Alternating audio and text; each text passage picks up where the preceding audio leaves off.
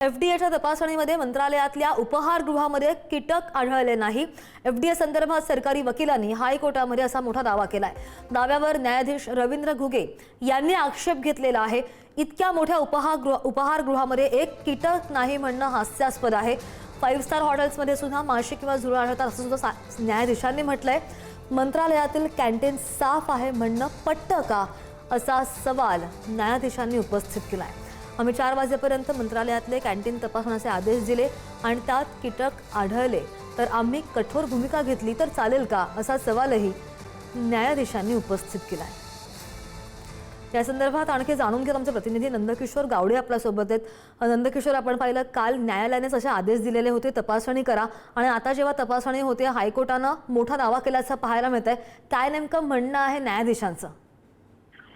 नक्कीच काल जर पाहायला गेलं तर कोर्टाची कॅन्टीनमध्ये जे आहे ते एफडीएने तपासणी केलेली होती आणि ते आहे ते वेगवेगळ्या त्रुटी ज्या आहेत त्या आढळून जे कॅन्टीन आहे ते सील केलेलं होतं। त्या संदर्भात आणि नवी मुंबईच्या एक प्रकरणाच्या संदर्भात खरं तर ही संपूर्ण केस जी आहे ती स्टँड होती। थोड्या वेळापूर्वी या प्रकरणावरती सुनावणी होत असताना खरं तर सरकारी जे वकील आहेत त्यांनी हायकोर्टात जे आहे तो मोठा दावा केलेला आहे। एफडीएच्या तपासणीत मंत्रालयाचे जे उपहारगृह आहेत म्हणजे जे कॅन्टीन आहेत त्यामध्ये कोणतेही कीटक जे आहेत ते आढळले नाहीत असं सरकारी वकिलांनी एकंदरीत दावा केल्यानंतर जे न्यायाधीश आहेत रवींद्र घुगे यांनी खरं तर यावरती आक्षेप घेतलेला आहे। आणि त्यानंतर जर पाहायला गेलं तर सरकारी वकील म्हणजे 4 वकिलांची टीम आणि एफडीएचे अधिकारी तुम्ही स्वतः जाऊन बघा त्यामध्ये काही दिसतंय का अशा पद्धतीचा जो दावा आहे अशा पद्धतीचं जे निरीक्षण आहे ते खरं तर न्यायाधीशांनी नोंदवलेलं आपल्याला पाहायला मिळतात। एवढ्या मोठ्या उपहारगृहात साधा एक कीटक सुद्धा नाही हे हास्यास्पद आहे अशा पद्धतीचं निरीक्षण जे आहे ते न्यायाधीशांनी केलेलं आपल्याला पाहायला मिळतं। सध्या एफडीएचे जे आहेत ते अधिकारी आणि 4 वकिलांची टीम जी आहे ती मंत्रालयात